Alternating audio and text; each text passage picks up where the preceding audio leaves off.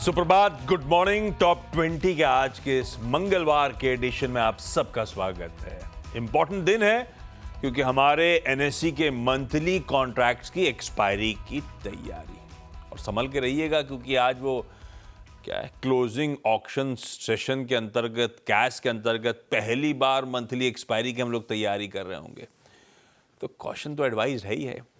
हाँ, जहां तक संकेतों की बात है, कंफर्टिंग तो नहीं है, कुछ बदला नहीं है। भाव के लिहाज से वो अलग बात है, जैसे कि कच्चा तेल जहां छोड़ा था उसी के इर्द गिर्द 92 93 पे ही ट्रेड कर रहा है। बॉन्ड डील छोड़ी थी 4.7 के आसपास, 4.7 के आसपास ही, 4.771 के आसपास ही कामकाज कर रही है। तो फिर कंफर्टिंग क्यों नहीं? क्योंकि इस बीच जो नॉइज है वो और थोड़ी सी डिसकंफर्टिंग होती चली जा रही है। भाई, आपको इंतजार था यूएस के फाइनेंस मिनिस्टर यानी कि ट्रेजरी सेक्रेटरी स्कॉट बेसेंट की देर रात की प्रेस कॉन्फ्रेंस का। तो बेसिकली ईरान के इकोनॉमिक ब्लॉकेड की तैयारी और पुख्ता करने की तैयारी। कोई भी देश ईरान के साथ डील करेगा तो उस पर भी गाज गिरा देंगे। अभी कुछ एक्शन नहीं ले रहे पर तैयारी कर ली है। हमने आइडेंटिफाई कर रखा है कौन कौन से देश क्या क्या काम करते हैं, उन सबको एडवाइज्ड है। ट्रम्प साहब फोन करके बोलेंगे भी, और उसके बाद ज़्यादा आगे बढ़ी बात तो हम और गाज गिराएंगे। तो बेसिकली वो, खैर, इन कमेंट्स के बाद कुछ एक्शन नहीं हुआ। कमेंट्स आए, आगे ऐसा होगा, लेकिन क्रूड में कूल ऑफ तो नहीं आया, तो परेशानी वैसे ही है। ऊपर बॉन्ड यील्ड्स के लिए अपडेट आ रहे थे कि खूब पैसा वैसा झोंका जाएगा, उसके बावजूद बॉन्ड यील्ड्स कूल ऑफ होके नहीं दे रहे हैं। तो सर दर्द में बदलाव तो है नहीं। और यूएस का हैंडओवर भी ठंडा ही है। डाउ थोड़ा बेहतर था तो नैस्डैक अब कूल ऑफ हो रहा है, प्रॉफिट टेकिंग देखने को मिल रही है। American investors risk of the table ले जा रहे हैं। तो ये सब है मूड। ऐसे में एक्सपायरी की तैयारी करनी है, ऐसे में स्टॉक्स आइडेंटिफाई करने हैं। चलिए, काम तो करना है। बताएं भाई साहब, कौन से स्टॉक से शुरुआत करी जाए? गिफ्ट निफ्टी के साथ शुरुआत करते हैं। 50 अंकों की गिरावट यहां पर देखने को मिली है और कल के मार्केट का एक्शन बड़े खास तरीके से आपको समझना होगा, जिसका जिक्र अभी हम कर रहे थे कि कैश के बाद पहली मंथली एक्सपायरी होगी, उसकी नर्वसनेस कल के प्राइस एक्शन में आपको साफ नजर आएगी। आप स्टॉक्स देखें, आप एफएनओ के स्टॉक्स देखें, आप निफ्टी और बैंक निफ्टी की चाल देखें, पूरे दिन देखें तो बहुत ही सीमित दायरे में, और फिर क्लोजिंग के समय थोड़े से ऑफ हाइस के एक्शन यहाँ पर आपको देखने को मिले। तो थोड़ी सी नर्वसनेस है, इसको मना नहीं किया जा सकता, नकार नहीं जा सकता। लेकिन मार्केट्स में आप देखें तो बहुत सारे स्टॉक्स ऐसे हैं जहाँ पर ब्रोकरेज हाउस की तरफ से कवरेज आ रही हैं। कुछ टेक्निकल तौर पर भी स्टॉक्स बड़े इंटरेस्टिंग लग रहे हैं, और खबरों के लिहाज से देखें तो थोड़ा सा स्लाइटली म्यूटेड है। कोई बहुत बड़ी सब्सटैंशियल सिग्निफिकेंट मार्केट मूविंग खबर यहाँ पर देखने को नहीं मिल रही है। शुरुआत में करूँगा कुछ खबरों वाले स्टॉक्स के साथ, और पहला स्टॉक है मेरी लिस्ट में कोल इंडिया। यहाँ पर आप रखिएगा खास फोकस। और कोल इंडिया में दरअसल आप देखें तो एक छोटी सी खबर आई है। हालांकि आमतौर पर ऐसी खबरों को मैं इग्नोर कर देता हूँ कि सिंगापुर में एक सब्सिडरी का गठन इन्होंने किया है, लेकिन ये सब्सिडरी का जो कामकाज है ना, ये बड़ा इंटरेस्टिंग लग रहा है। दरअसल आप देखें तो ये जो ओवरसीज अपॉर्चुनिटीज़ तलाशेंगे क्रिटिकल मिनरल्स में, असेट एक्विजिशन में, तो इसको लेकर आप देखें तो कोल इंडिया अब धीरे धीरे जो डाइवर्सिफिकेशन कर रहा है रिन्यूएबल्स की तरफ, क्रिटिकल मिनरल्स की तरफ, इसका एक बड़ा बेनिफिट यहाँ पर देखने को मिल सकता है। और कल थोड़ी सी तेज़ी थी, हालांकि आधे प्रतिशत के गेंस के साथ ये स्टॉक बंद हुआ और थोड़ा सा स्लाइटली ऑफ हाइस भी हो गया। कोल इंडिया नज़र रखिएगा, खबर पॉजिटिव है, इसके लिए आपके साथ इन ग्रीन शेयर कर रहा हूँ। दूसरा स्टॉक है मेरी लिस्ट में गेल। यहाँ पर भी आप खास नज़र रख के चल सकते हैं, और इसमें खास बात ये भी है कि कल ऑलमोस्ट डे हाई के करीब की क्लोजिंग देखने को मिली। ऑलमोस्ट 1% के गेंस के साथ दिन के हाईएस्ट पॉइंट पर ये स्टॉक बंद हुआ। लेकिन आज एक बहुत इंटरेस्टिंग नोट आया सिटी की तरफ से, पूरे ऑयल एंड गैस स्पेस पर। इस नोट को मैं पढ़ रहा था, और इस नोट में एक खास बात का जिक्र किया गया है कि कोल गैसिफिकेशन अगर होता है तो गेल उसमें पार्टिसिपेट कर सकता है, और फिर ये अपने आप में देखें तो कुछ नए एवेन्यूज़ खोलेगा। तो कोल इंडिया, गेल वैसे भी आपस में जुड़े हुए स्टॉक हैं कोल गैसिफिकेशन के चलते, लेकिन गेल यहाँ पर भी आप फोकस रखें, इन ग्रीन रखा है। दो बड़ी डेवलपमेंट न्यूज पैक।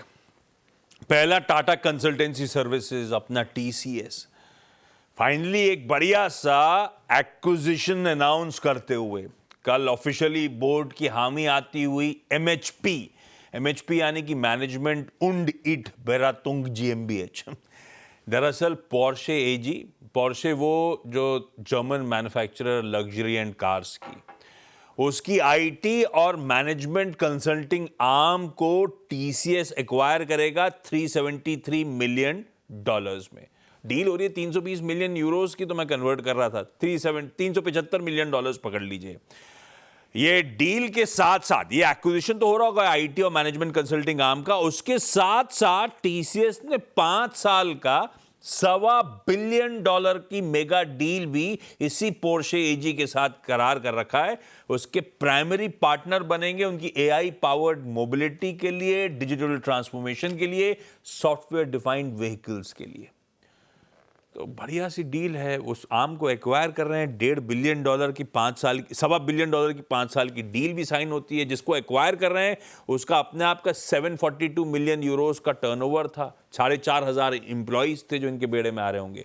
टीसीएस इसके थ्रू अपनी यूरोप की प्रेजेंस स्ट्रेंथन कर रहा होगा और ऑटोमोटिव आईटी की एक्सपर्टीज बढ़ा रहा होगा। तो खबर तो अच्छी है। ये एक्विजिशन अगले 3 से 4 महीने में कंप्लीट होने की तैयारी। अच्छा है। सब कहते हैं बुक्स पे इतना कैश है कुछ बड़ा क्यों नहीं करते। कोशिश कर रहे हैं ये लोग। टीसीएस इन ग्रीन रखा है। अगले 2 स्टॉक में पीबी फिनटेक यहाँ पर आप खास फोकस रखिएगा और बर्नस्टीन की तरफ से बढ़िया रिपोर्ट यहाँ पर देखने को मिली है। भाव चल रहा है 1785 का और बर्नस्टीन की तरफ से टारगेट है 2310 रुपए का। अच्छी खासी अपसाइड एक्सपेक्ट करके चल रहे हैं और ये बता रहे कि बहुत ही फिनोमिनल सेल्स इंजन है। जिस प्रकार से ग्रोथ यहाँ पर देखने को मिल रही है, अगर आप इंडस्ट्री की बात करें तो ग्रोथ के लिए स्ट्रगल कर रही है। वहीं पीबी फिनटेक को आप देखें तो इतने बड़े स्केल के बाद भी 30 से लेकर 35% की ग्रोथ यहाँ पर आपको देखने को मिल रही है। कुछ ओवरहैंग्स हैं, रेगुलेटरी कंसर्न्स हैं, काफ़ी सारे बदलाव जो है रेगुलेटर करता रहता है, इसका एक इम्पैक्ट होता है, लेकिन ग्रोथ को नहीं नकारना चाहिए। और बर्नस्टीन की रिपोर्ट यही कह रही है कि आगे जाके जिस प्रकार की ग्रोथ और थोड़ी सी बेहतर साइड में देखने को मिलेगी और ये जो रेगुलेटरी कंसर्न्स हैं इसको लेकर अगर क्लैरिटी आती है तो स्टॉक की बड़ी री रेटिंग देखने को मिल सकती है। इसी के चलते पीबी फिनटेक बहुत इंटरेस्टिंग रिपोर्ट है, इस स्टॉक को इन ग्रीन रखा है। अगला स्टॉक है इंद्रप्रस्थ मेडिकल कॉरपोरेशन। यहाँ पर आप रखिएगा खास फोकस और ये दिल्ली बेस्ड हॉस्पिटल कंपनी है और दरअसल एक पुरानी खबर है 2-3 दिन पहले की। मास्टर प्लान जो दिल्ली के लिए लॉन्च किया गया 2047 तक, जहाँ पर दिल्ली को पूरी तरीके से विकसित बनाया जाएगा, इसको लेकर बहुत सारे स्टॉक्स हैं, सेक्टर्स हैं जो फोकस में रहेंगे। लेकिन खास बात क्या है ना कि इस प्लान में ये कहा गया है कि दिल्ली को ऐसे पोजीशन करेंगे कि हेल्थ केयर और मेडिकल टूरिज्म का हब बन जाए। तो वो कंपनीज जिनके ऑलरेडी हॉस्पिटल्स हैं, मिसाल के तौर पर मैक्स हो गया, फोर्टिस हो गया, मेदांता हो गया, यानी ग्लोबल हेल्थ, इनको तो फ़ायदा हो गई, ये सबको पता है। लेकिन बहुत लंबे समय से मैं देख रहा हूँ कि इंद्रप्रस्थ मेडिकल कॉरपोरेशन की कहीं बातचीत ही नहीं हुई है। तो ये भी स्टॉक ऐसा है जो डायरेक्ट तौर पर बेनिफिशियरी है, इस स्टॉक को भी इन ग्रीन रखा है। अगले 2 में एक लार्ज ट्रेड हुआ था out of syllabus, Entero health care solutions का। ग्रीन रख रहा हूं, हालांकि ये नहीं क्या दिखा रहे हैं डॉक्टर साहब, आइए, हो सकता है मैं आगे पीछे हूं, आप तो ध्यान दीजिए। एंटेरो हेल्थ केयर में कल लास्ट ट्रेड में क्या हुआ, एक पब्लिक शेयर होल्डर है प्रसिद्ध ऊनो फैमिली ट्रस्ट, उसने 10.88 लाख शेयर्स बेचे 1377 रुपए पर शेयर पे। एंटायर चंक जो है 3P इंडिया इक्विटी फंड ने खरीद लिया। प्रसिद्ध ऊनो फैमिली ट्रस्ट दरअसल फैमिली ऑफिस हो गया, इसी फैमिली के नाम से जो बिजनेस चलता है उनका फैमिली ट्रस्ट है। दूसरा ये जो अब ये चला हुआ स्टॉक है, पर क्योंकि ये प्रशांत जैन साहब के एआईएफ ने इतना ह्यूमंगस चंक खरीदा है, इसीलिए इन ग्रीन रख रहा हूं मैं। अदरवाइज स्टॉक बहुत चला हुआ है, ध्यान रखिएगा। Entero health care in green है। वो डायरेक्टर साहब ने जो दिखाया था वो रख दीजिए। जी शिपिंग यानी कि ग्रेट ईस्टर्न शिपिंग रडार पे रहेगा। कंपनी बायबैक प्रपोजल पे विचार करने जा रही है 27 अगस्त को, थर्सडे को, इसी गुरुवार को। तो ग्रीन ही है उससे पहले तो। अगले दो स्टॉक में फार्मा स्पेस का ग्लेनमार्क ये कमाल कर रहा है स्टॉक। कल भी आप देखें तो तकरीबन 3% की तेजी यहाँ पर देखने को मिली थी और जिस अक्यूमुलेशन स्ट्रक्चर के साथ इस स्टॉक में ऑलमोस्ट 3-3.5% का ब्रेकआउट देखने को मिला है, स्टॉक में दम है और फार्मा स्पेस में स्टॉक एक्सेल कर रहा है, अच्छी तेजी है, रिलेटिव आउट परफॉर्मेंस है। इसी के चलते ग्लेनमार्क फार्मा, इसको मीडियम टर्म के लिए अपनी लिस्ट में आप इन ग्रीन ऐड करके चल सकते हैं। अगला स्टॉक है कोचिन शिपयार्ड और कल आखिरी 1-1.5 घंटे में आप देखें तो चाहे कोचिन शिपयार्ड हो या फिर बीडीएल हो, कुछ चुनिंदा डिफेंस स्पेस के स्टॉक्स में हल्की सी खरीदारी आपको देखने को मिली थी। हालांकि हाई से सिग्निफिकेंटली टूटे हैं। एक बहुत ही लंबे समय से निवेशकों का पेशेंस ये डिफेंस स्पेस के स्टॉक्स, खासतौर पर जो शिप बिल्डिंग वाले स्टॉक्स हैं, ये बहुत ज़्यादा पेशेंस टेस्ट कर रहे हैं। लेकिन इस स्पेस में बाइंग देखने को मिल रही है। कल तकरीबन 2.5% के आसपास मूव भी था, इसके लिए कोचिन शिपयार्ड इस स्टॉक को भी इन ग्रीन रख दिया। अच्छा, एफकॉन्स इंफ्रास्ट्रक्चर, इसने एक मेजर लीगल विन इसके हाथ आया है। State owned Uttar Pradesh expressways industrial development authority के साथ एक इशू था, उसका आर्बिट्रल अवार्ड इनके पास गया है। 335 करोड़ रुपए मिलेंगे, जिसमें प्रिंसिपल कंपोनेंट है 152 करोड़ रुपए का और इंटरेस्ट कंपोनेंट है 180-185 करोड़ का। ये दिखाता है मामला कितने लंबे फंसे रहते हैं असल से ज्यादा कहीं ज्यादा ब्याज मिल रहा है। खैर 335 करोड़ रुपए इनके पास आ रहे हैं लीगल डिस्प्यूट में। अच्छी खबर, सीगल इंडिया, ये सब कंपनीज खूब ऑर्डर्स बैक कर रही हैं। मॉर्थ यानी कि ministry of road transport and highways से 705 करोड़ रुपए का लेटर ऑफ अवार्ड मिला है अरुणाचल प्रदेश के फ्रंटियर हाईवे के कंस्ट्रक्शन का, तो ग्रीन कर दिया। 6 पूरे, ब्रेक के उस पर लौटे तो अगले 4 पे बातचीत।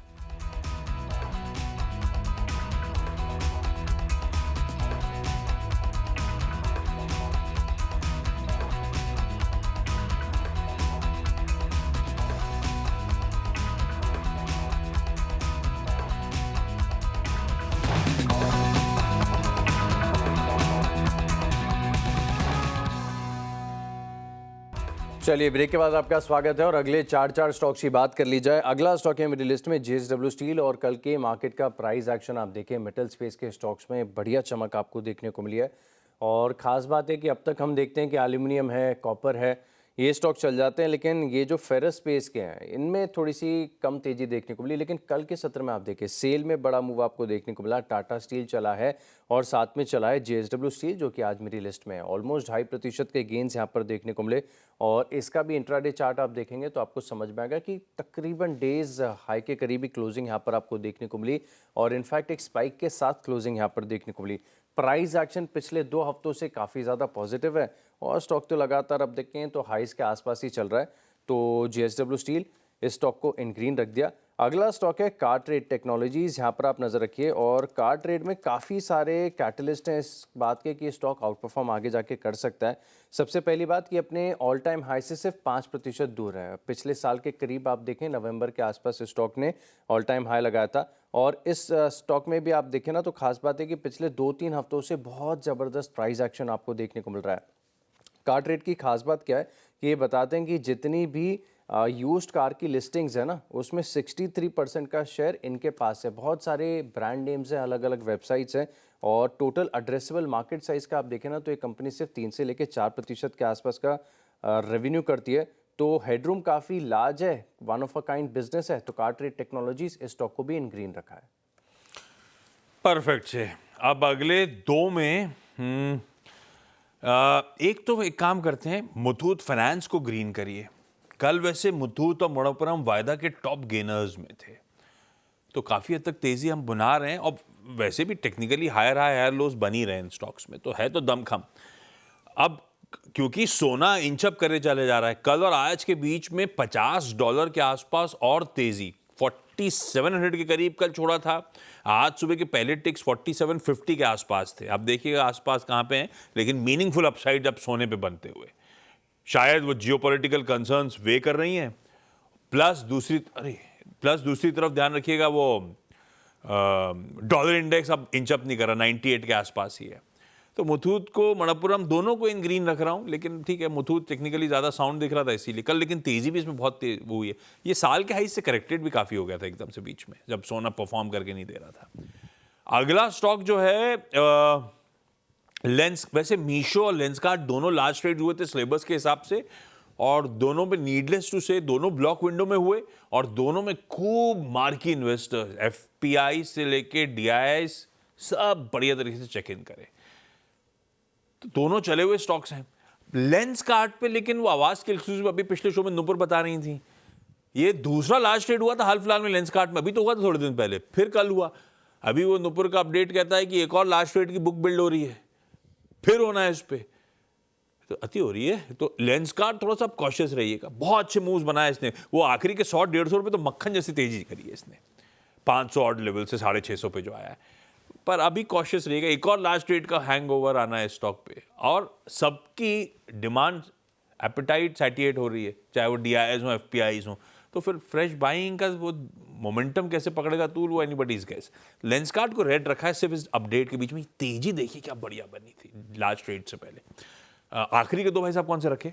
आखिरी के 2 स्टॉक हैं, दोनों टेक्निकल बेसिस पर। एक तो डीएलएफ है, यहाँ पर आप खास नज़र रखिएगा और इसके चार्ट्स पर भी आप देखें ना तो एक छोटे से कंसोलिडेशन एक्यूमुलेशन पैटर्न के बाद का ब्रेकआउट यहाँ पर देखने को मिला है। स्टॉक का स्ट्रक्चर काफ़ी इंटरेस्टिंग है, लेकिन रियल एस्टेट की खास बात है ना कि बिल्कुल मार्केट के साथ साथ चलता है, थोड़ा सा इनफैक्ट आउट परफॉर्म ही करता है। इन टर्म्स के अगर मार्केट कमज़ोर होगा, गिरेगा, तो आप देखेंगे कि रियलिटी स्पेस के स्टॉक्स में परसेंटेज के लिहाज से ज़्यादा गिरावट देखने को मिलेगी और इसका विपरीत भी होता है। तो मार्केट का एक्शन क्लोजली मॉनिटर करना है। गिफ्ट निफ्टी तो तकरीबन 60-62 अंकों की गिरावट दिखा रहा है, लेकिन डीएलएफ इस स्टॉक को इन ग्रीन रखा है।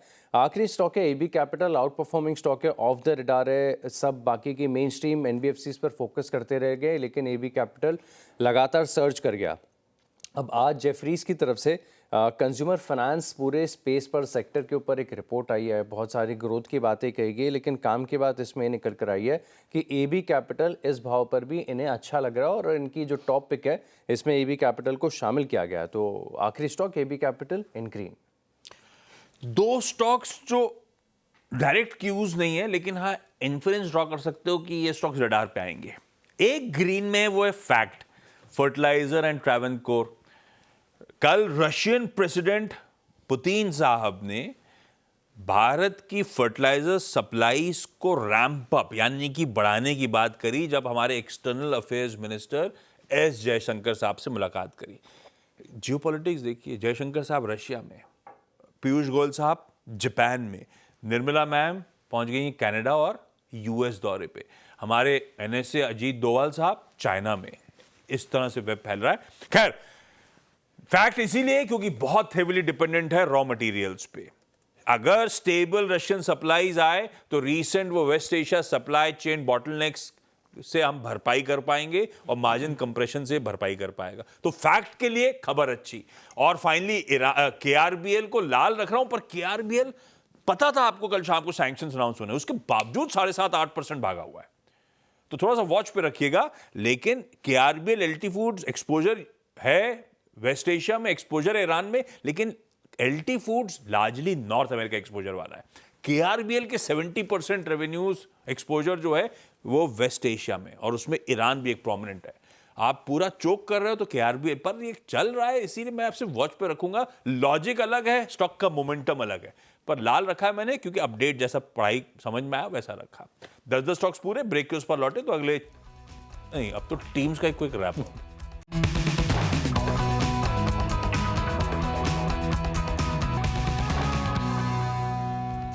चलिए, ब्रेक के बाद आपका स्वागत है और अब देखते हैं 20 स्टॉक्स का रिकैप। शुरुआत मैंने की कोल इंडिया के साथ, इसके अलावा गेल स्टॉक को भी खास रडार पर रखे। पीबी फिनटेक यहाँ पर आई है ब्रोकरेज हाउस की तरफ से रिपोर्ट, और Indraprastha medical corporation Delhi based hospital वाली कंपनी है। Glenmark pharma, Cochin shipyard, JSW steel, cartridge technologies, DLF और एबी कैपिटल टेक्निकल तौर पर अपनी लिस्ट में शामिल करें। ओके, 10 और जोड़ दीजिए। अच्छा, सब ग्रीन नहीं है, जैसे क्यों समझ पड़ रहे थे वैसे स्टॉक का शेड है। अब चाल देखते हैं इवेंचुअली रहेगी कैसी।